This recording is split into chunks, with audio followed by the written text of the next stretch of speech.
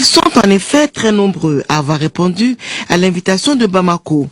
Une forte mobilisation qui démontre l'importance et la pertinence du thème de cette 31e édition des journées annuelles des banques et établissements financiers. Un thème axé sur les nouvelles contraintes réglementaires auxquelles doivent faire face les banques africaines.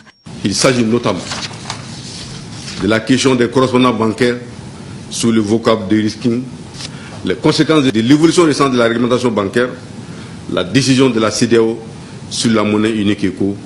Des récentes réformes ont été élaborées par la Banque centrale des États de l'Afrique de l'Ouest.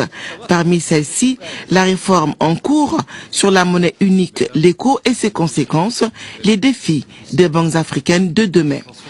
Les mutations enregistrées sur le plan régional et international, portant notamment sur la diversification des produits bancaires, l'évolution de la réglementation, l'émergence des groupes bancaires et la globalisation de l'économie ont rendu nécessaire la révision du cadre prudentiel et comptable applicable aux établissements de crédit de l'Union, de même que le processus de contrôle et de supervision qui leur est appliqué.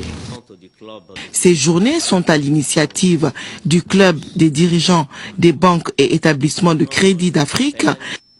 Concernant les activités du club, ces 2 dernières années, le bureau actuel a mené des actions de terrain et a eu à charge de développer et approfondir les axes de la stratégie mise en place par notre institution.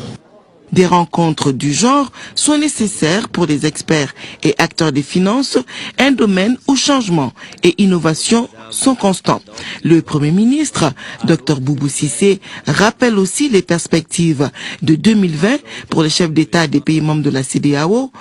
La décision des chefs d'État et de gouvernement de créer à l'horizon 2020 une zone de libre-échange continentale africaine qui s'étendra sur un marché de 1,2 milliard de personnes, représentant un produit intérieur brut de 2500 milliards de dollars pour l'ensemble des 55 États membres de l'Union africaine, constitue un important défi à relever ensemble. Les jalons qui sont déjà posés par nos autorités politiques et monétaires et surtout l'adhésion de nos populations à développer et intensifier le commerce intra-africain sont de réels motifs de satisfaction. Au terme de 3 jours de travaux, des résolutions seront prises allant dans le sens du développement des banques africaines et de leurs prestations.